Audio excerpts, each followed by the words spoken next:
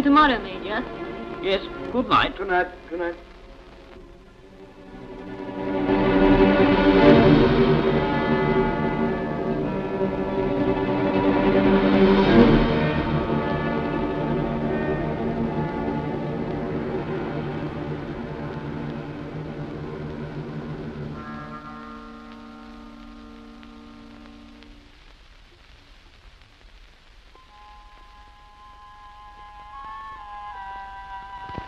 Good night, sir.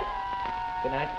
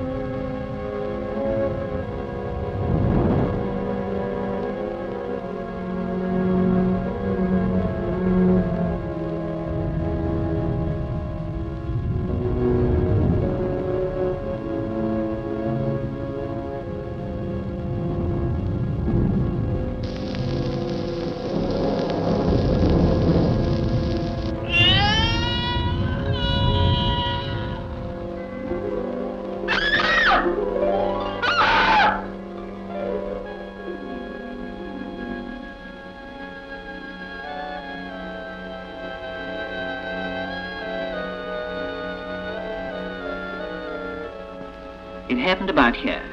The body was found lying on the shore below Glennye Castle. We picked on you because you know the Glennye family. Your job is to find out what Matthews knew before he died. You understand? Yes, sir. This is our agent there. He'll give you any help you need. We have another man in the district, but you'd better concentrate on McTavish in the meantime. He keeps the Glennye Arms, a little pub in the village. You'll find him a pretty sound man, used to be a sergeant in the Highland Regiment.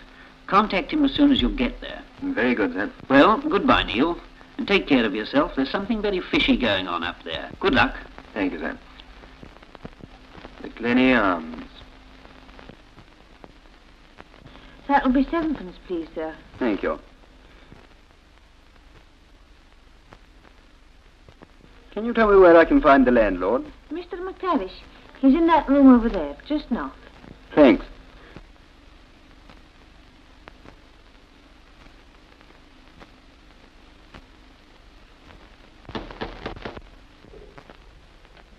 Come in.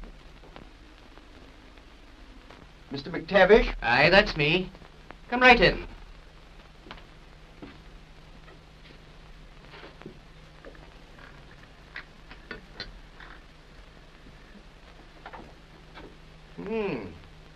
War Office.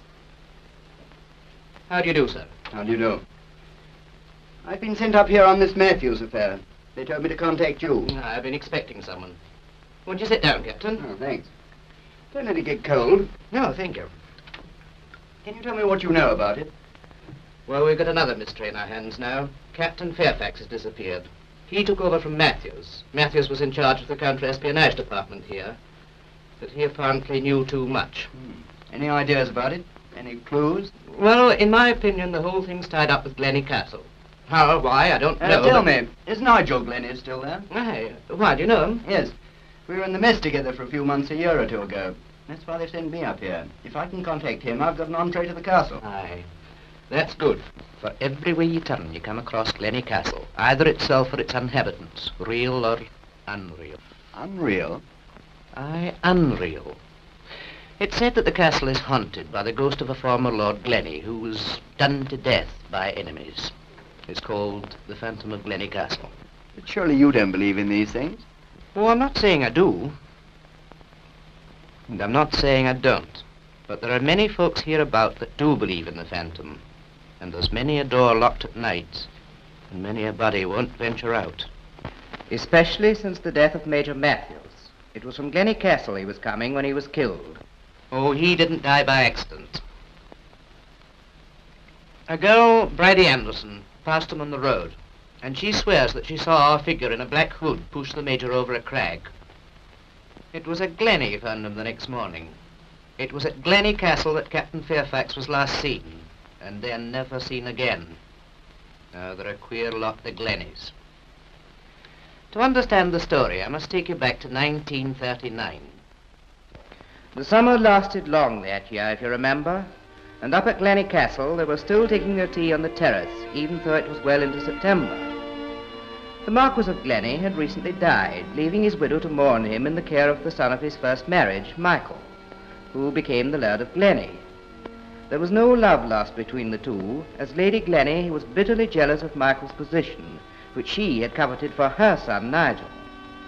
On that afternoon, Jean, the daughter of the Reverend Arthur Hamilton, the minister, had been asked to tea. Suddenly, Nigel, Lady Glennie's son, arrived. He had volunteered for the army as a private and had come home to show off his new plumes. For a moment, nobody spoke. Then Nigel broke the spell, walked to the table and sat down next to Jean. It was quite obvious that Michael did not relish a soldier for a brother and became sullen when Nigel began to chip him about his heavy clothes. And when can we expect to see Lord Glennye in uniform? Never if I can help it. I think all this killing is senseless. Anyway, I have my tenants to look after. Make them look after themselves. Eh, Mother? There are times, Michael, when I am very glad that you are not my son. I don't care for this conversation.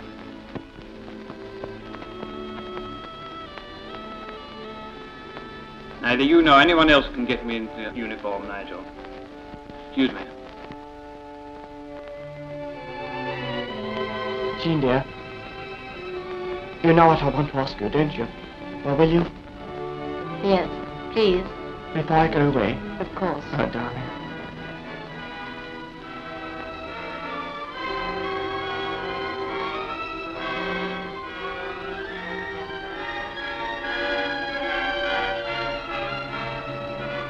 Are they married now? No. Nigel went off to the wars, and he didn't come back until last year. He's been here ever since. Really? How's that? It happened soon after he'd started his disembarkation leave. Nobody quite knows how it was caused. He went out riding before breakfast the same way as he did most days. He was a keen horseman, was Mr. Nigel, and when he'd been gone about half an hour, one of the crofters saw his horse running wild with no one in the saddle.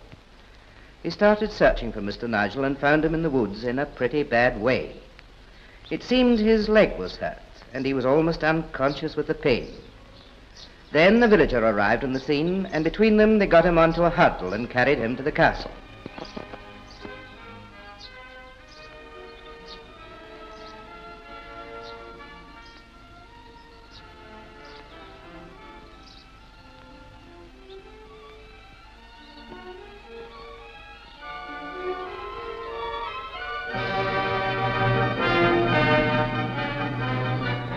Miss Jean saw them coming and ran down to see what was the trouble.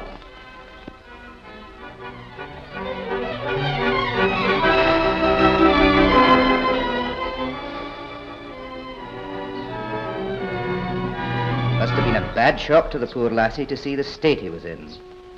Mr. Nigel tried his best to hide his pain. He was always a game one. And from that day onwards, Miss Jean was a real wonder to him.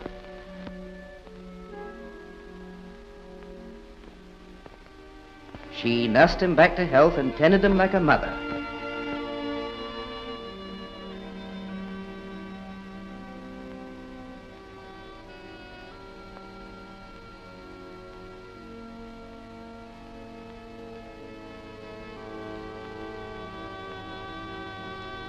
With all the time, Michael trying to steal her away from Mr. Nigel.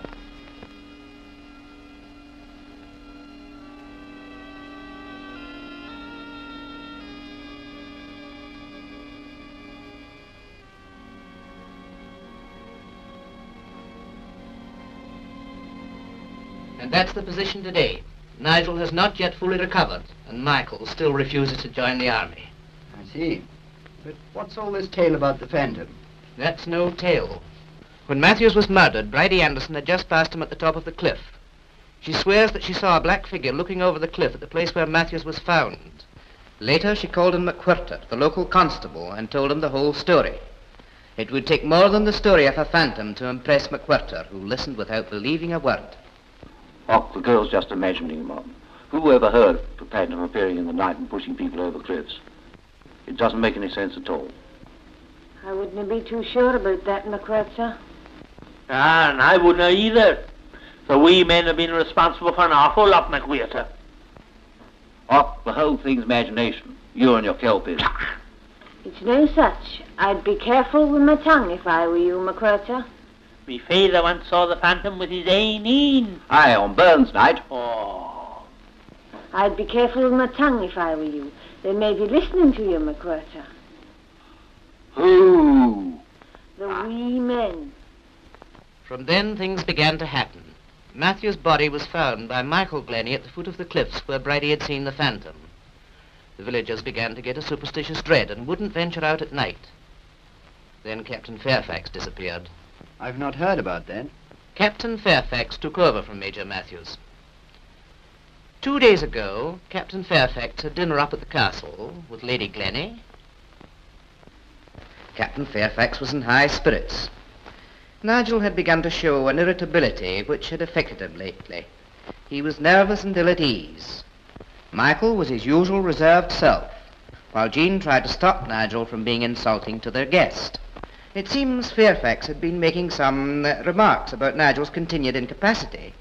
He had been in the sick list 6 months now, when Nigel suddenly flared up. How the devil can I get back with this infernal leg? It's all very well for you to talk. You asked Major Selwyn. I've been under him ever since the wretched accident started. Nigel, don't fash yourself so. Captain Fairfax is only pulling your leg, aren't you, Captain? Well, if you put it like that. Still, if you'll excuse me, it's already late and I must be getting back to camp. I've work to do. I'll see you to the door, sir. You must excuse me, too. I have a letter to write.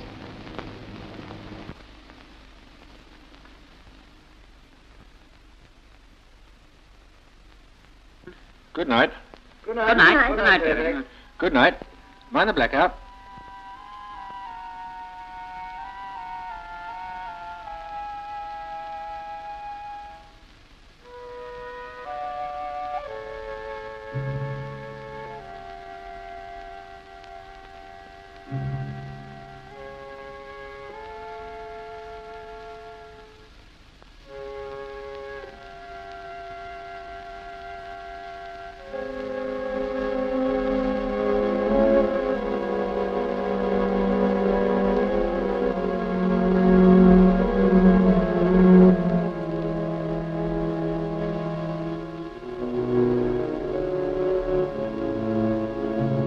That was the last time Captain Fairfax was seen. They're out searching for him now.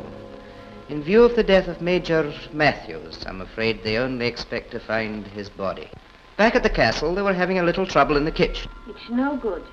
I'm leaving, and I'm not coming back. Oh, be I'm reasonable, woman. If there is a phantom, and there isna, it canna harm you while you bide with me. Well, I'm not so sure of that. How can it?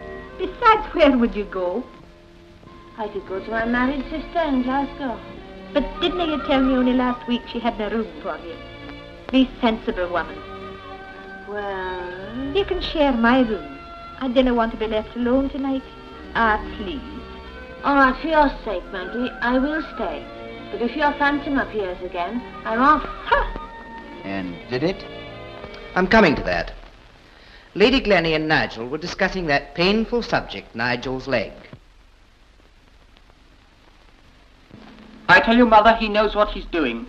Why, he's one of the most highly qualified men in the army. Yes, Nigel, perhaps. But a second opinion cannot possibly do any harm. I want you to see another doctor. After all, it seems ridiculous that you should be laid up for 6 months just because of a leg. I tell you no, Mother. I'm sorry, I didn't mean to shout at you, but Major Selwyn's been awfully good to me. I couldn't insult him now, you must see that. Yes, Maggie? Beg pardon, milady, but it's the rifle. Lord Glennie's rifle? Aye, milady. It's missing. I thought I ought to tell you at once. All right, Maggie. I'll look into it. Very good, milady. Goodness me, whatever next? Don't worry, it'll turn up. It's probably there all the time, you know, Maggie. Yes, But once the story gets around, it'll start more of this phantom talk. We shall be losing all the servants if they get any more scared than they are already. The whole village is certainly getting pretty het up about it. So many people have actually seen a figure, and their descriptions all tally. That's the amazing thing. I have never heard such nonsense in my life. I mean, you can't get away from the facts. Matthew's killed, Fairfax missing, and now there's reports of a hooded figure coming from every side. There's more in it than meets the eye. But the only possible explanation is a supernatural one. Unless... Hello, Jean. Well, I'll leave you two children together. I must go and hunt for that rifle before the whole place is thrown into a panic. What about the rifle? Maggie says it's missing. I expect that conscientious brother of mine Michael's out shooting defenseless birds with it. You know, I can't help feeling that a conscientious objector ought to be consistent about killing. I know Michael's your half-brother, but... Well, a lot of conscientious people have suffered for their beliefs. Some of them very fine people. But the phone has dragged them all down to their level.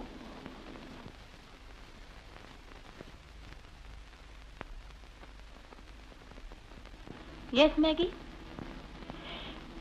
Could I hear a word with you, miss? It's about Cook. Well, I'll leave you before you start. See you later, Jean. I'm going to give Mother a hand finding that rifle. Well, Maggie, what is it? It's Lorna, miss. I wonder if you could speak to her. You see, it's this way. Meanwhile, the search went ceaselessly on to find Captain Fairfax's body. Aye, it's a bad thing. Aye. Aye. Uh-huh. Aye. I'm no so keen on all this searching. I didn't used to believe in the phantom, but now what we one man did, and another maybe no alive. Aye. Aye.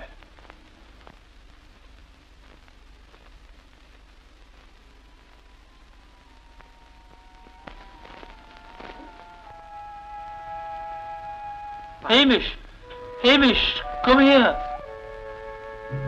Look, man. Where? Over there by yon rock. I can't see a thing. Over there, man. Where? That's very funny. I could have swore he was there a moment ago. Let's go and have a look. Aye.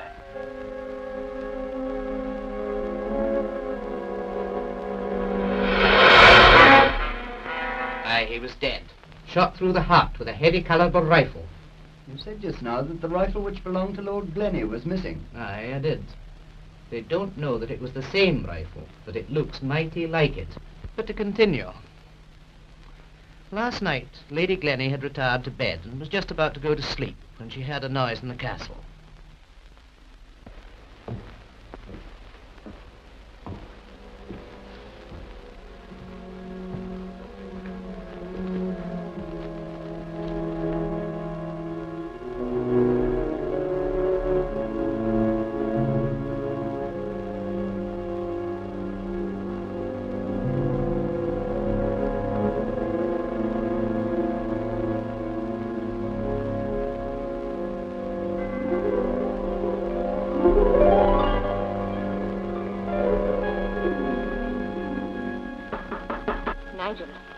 Nigel.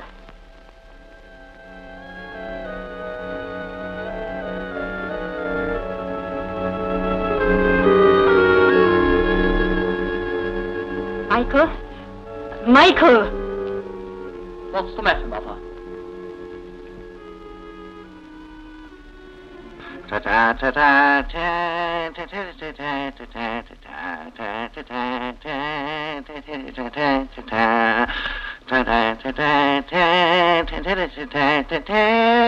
Whoop.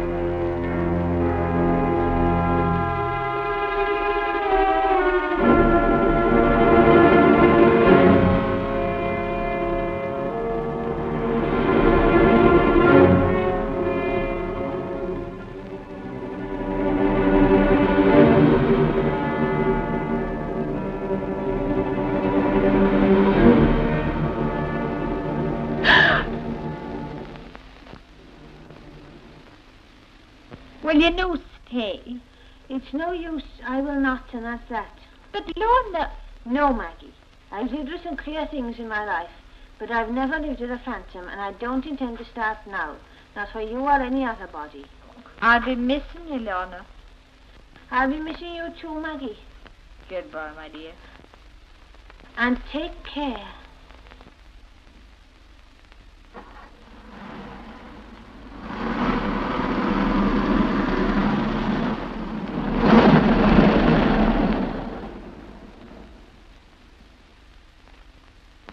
Maggie.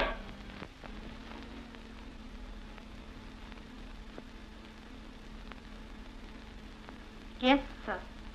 Maggie, I've been suddenly called away. I have to go to Nairn on business. It's possible I may not get back till the morning. Will you tell my mother? Yes, sir.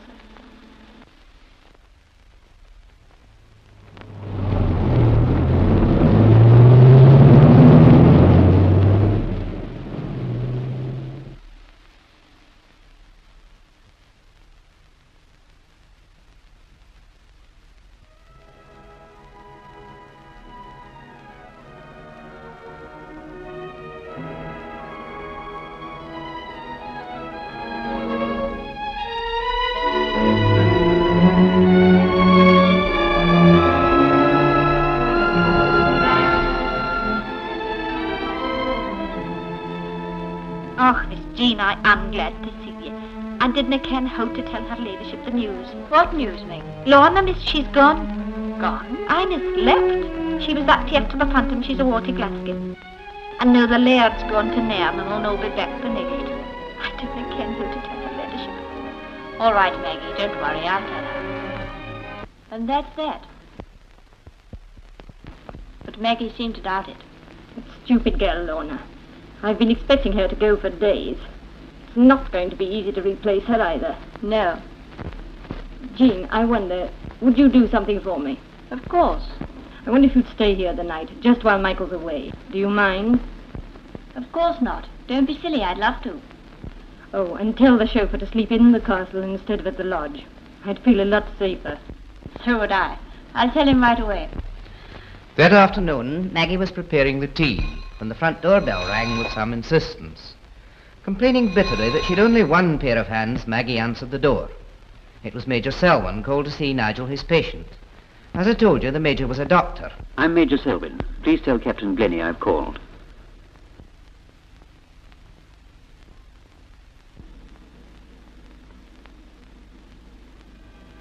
Will he be taking tea, sir? Thank you, yes. Very good, sir.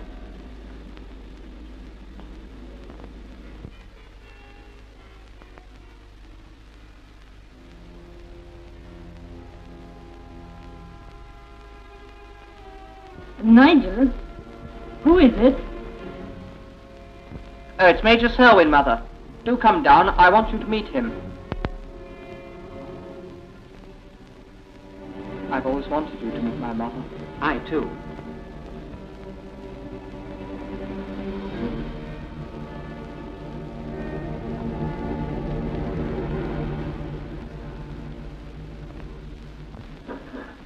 Selwyn, this is my mother. Mother, Major Selwyn. So we meet at last, Lady Glennye. Why, what's the matter? Major Selwyn. There's such a striking resemblance to someone that I knew in the past. It is always wiser to let the past bury its dead. Don't you agree, Lady Glennye? Strange she never met him before. Aye. There's stranger things than that to be explained. You've done well. How did you discover all this?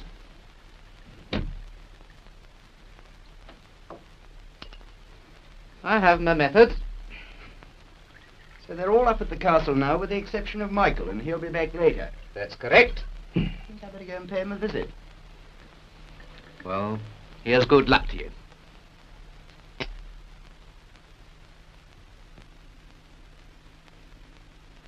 Now, you know the signal. When you see it, get there as soon as possible. Very good, sir.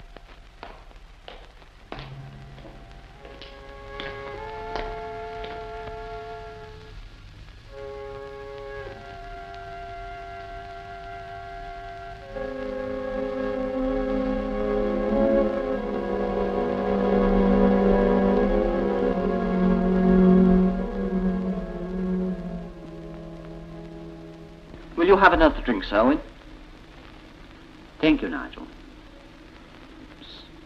Seems to me we're in for a very dirty night, Lady Glennye. There's a Captain Neil to see you, Mr. Nigel. What will I tell him? Neil? Uh-huh.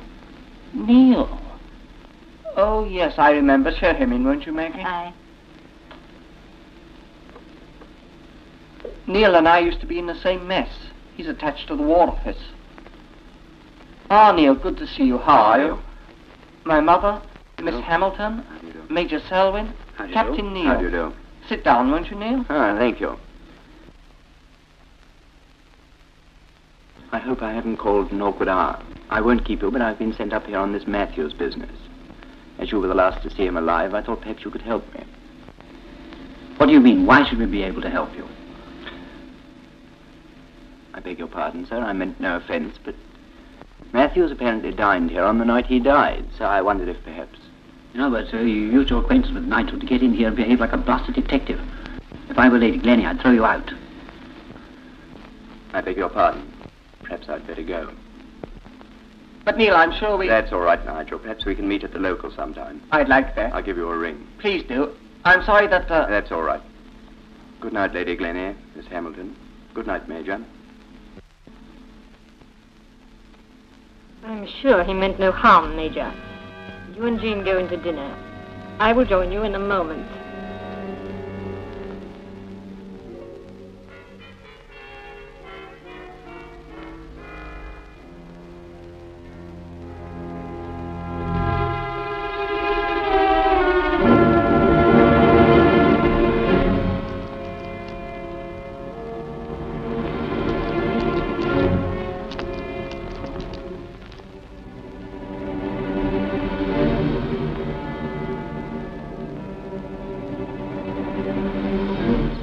Something wrong with your telephone? So we're marooned in the haunted castle. How exciting, isn't it?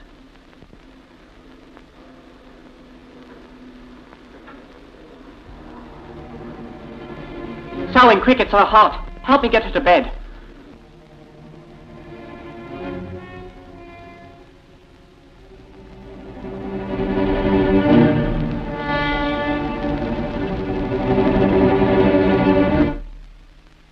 Are you sure you'll be all right now? Please don't worry about me. If Lady Glennye rests quietly, she'll be quite herself in the morning. Come, Mother, you must. I don't need it. You need sleep. This will help you. I'll take it later. Very well. But remember, I'm a medical man. I prescribe only what I know to be beneficial to you. Good night, Mother. Should you require anything further, I shall be at your service. I am a light sleeper, Lady Glennye.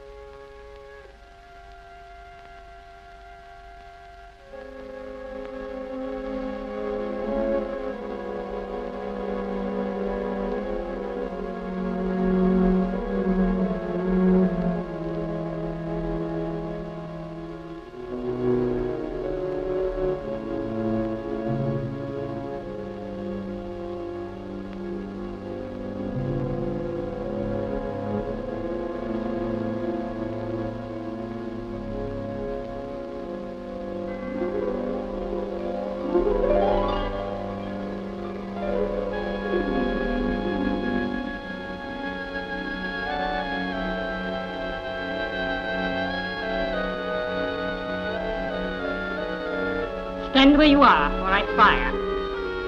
And whoever you are, take off that stupid disguise. I know you, Selwyn. Do as I say. I don't think so, Lady Glennye.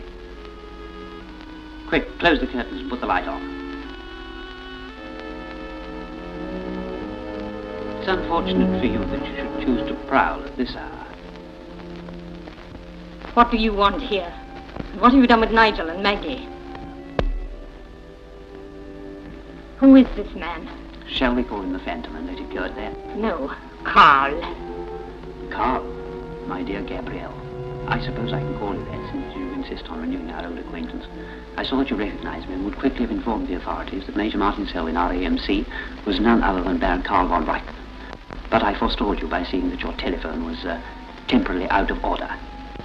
Many years spent in the rather trying task of impersonating your late countryman, Martin Selwyn, has made me extremely careful of detail. Get the cords from the other window. It's all right, I'm not going to hurt the lady. And you, sit down.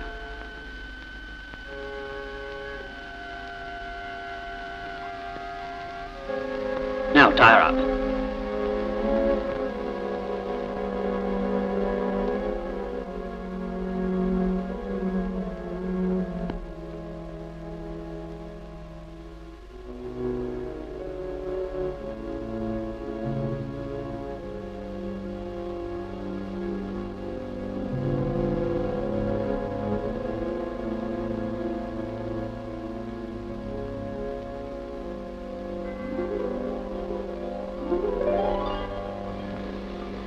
It's hardly necessary for me to point out, Gabrielle, that should you decide to be uncooperative, I could very easily...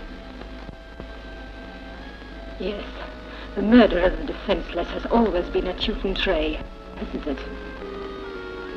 You weren't always so bitter towards my country, Gabrielle. That was a long time ago. I have a long memory, my dear Gabrielle, and a most pleasant one. Swine.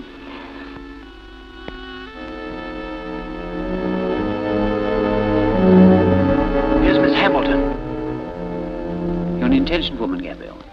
That is unfortunate for you, as your presence here complicates matters for me. I could very easily find a solution to the difficulty, but certain rather pleasant memories render the solution distasteful to me. So I shall resort to another method of ensuring your silence. Come here, please.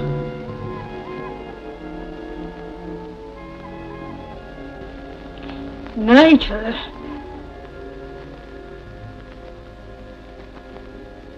It's no use. We must wait for the signal. Yes, my dear, the son of your first marriage. Our son. Our son? Yes, my dear Nigel, you didn't know that I was your father. Mother, is this true?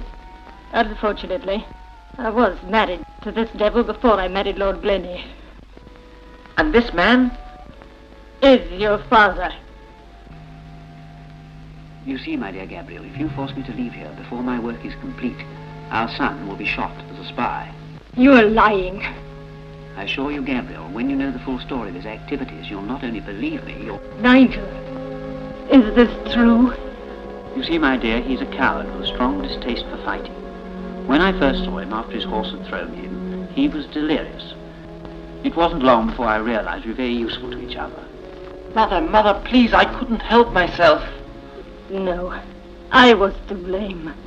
You could not know that the blood of this swine was in your veins. Mother, you don't know, you don't understand. I couldn't face the firing line again. He said if I pretended to limp, he'd do the rest. Seemed so easy, so simple. Oh, Mother, help me, please. There's the aircraft now. Put out that light. Do as I say. No. Put out that light. I'm damned if I do. From now on, you're on your own, Selwyn. Put it out, you little rat.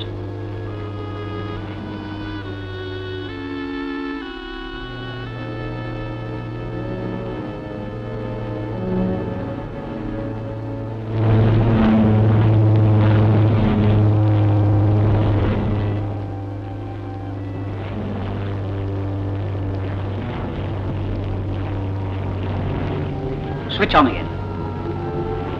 Now the plans. I've no time to lose. Hand over those plans. Do as I say. Nigel! Don't! Shut your mouth, woman. One step near the fire and I shoot. Hand over those plans.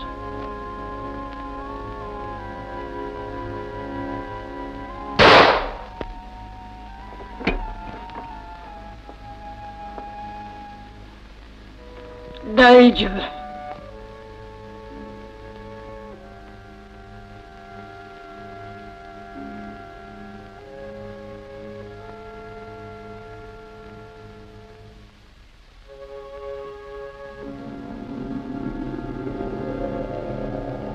Drop that gun or I fire.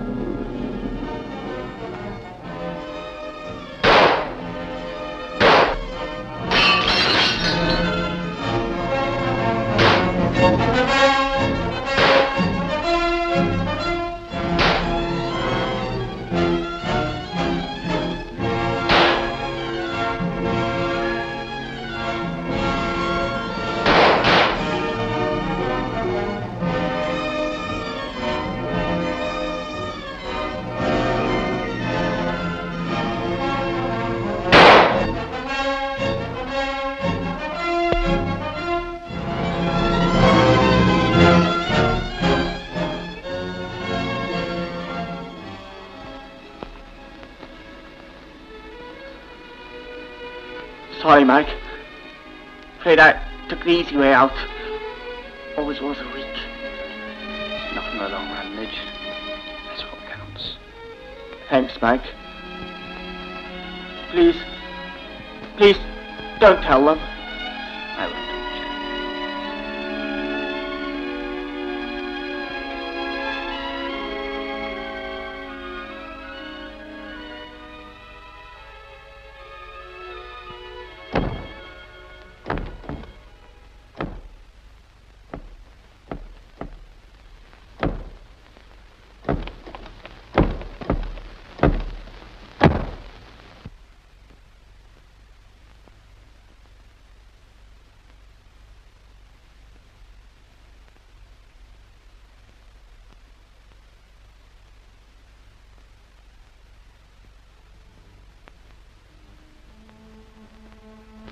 Let me do the talking, you understand. We got the plane. He tried to land in the grounds and failed. His pilot was dead. You know who he was? No identity papers, nothing. So Selwyn's secret dies with him? We'd still find out why he was here tonight. I shall have to ask Lady Glennye about that. I'm sorry, but she's the only person who can tell us. Lady Glennye is too ill to answer questions. I can answer for her. It would have been too risky to signal from the open hillside, but a light from those windows shows straight out to sea. So Selwyn contrived an invitation to stay here. But the shooting, what led up to that? Fever disturbed Selwyn skulking in the room below. He bound her and pushed her into a cupboard. She shrieked and disturbed my mother. You saw how they found her. And Nigel? He was aroused too, but being lame he could only go slowly. Apparently he got down in time to see Selwyn signal the plane.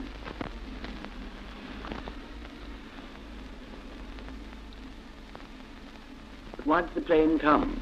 What did the pilot hope to take away? Selwyn was to send plans of certain of our defences back to Germany. Plans? There was nothing on Selwyn's body. As my brother fell, they dropped into the fire. Where were the papers when your brother came in? How did he come to have them? Selwyn had them. He and Nigel fought over them. Then Nigel knew what the papers were. No, how should he? You say he fought Selwyn for them. You ask me to believe that one of Germany's best marksmen would let him seize the papers and burn them before he fired? I'm sorry, but we know Selwyn had an accomplice, and all the evidence seems to point to Nigel. You can't say that, Neil. There's no proof. Then why did he die wearing the garb of a monk? I'm sorry, but... All right. I might as well tell you. I'll be through with intelligence anyway. Through with intelligence? When I joined, I took the oath of silence. Well, I broke it. I told my brother about MI5. I told him we were after von Reiten. But why? Because I needed a good line on von Reiten, and my brother knew him well. He was thrilled at the thought of helping. I bought the monk's robe, and he wore it to keep a watching brief on von Reiten at night. If the villagers saw him, the old phantom legend covered his tracks. He posed to von Reiten as a Nazi sympathizer. That's how I came to handle the plans. He did the dangerous job and paid the price. I was supposed to take the credit. So this is where you drum me out of the service, I'm afraid. You've done good work for us in the past, without your brother's help. I accept your first explanation. But I don't. What I think doesn't matter. I'd have done the same thing in your shoes. Headquarters will record that Nigel met his death capturing an enemy agent. Thank you. You have great cause to be proud, not only of one, but of both your sons, Lady Glennye. You're a good fellow, Michael.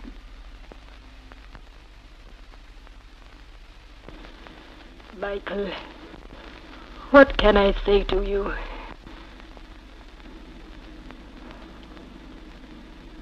Nothing. Nigel's honor was at stake. I had to defend it.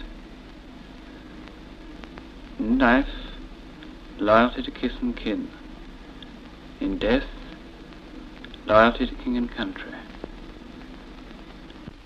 That has been the motto of the Glennyes for centuries past. Loyalty to kith and kin. That belongs to me. Loyalty to king and country. That belongs to my brother. Nigel. My poor little Nigel. Hush, Mother. He's all right now. Because my father loved you, it was his wish that your son should bear his name. Tonight he earned the right to it. At the end, he died for us, Mother. Yes, it was for us, at the end, wasn't it?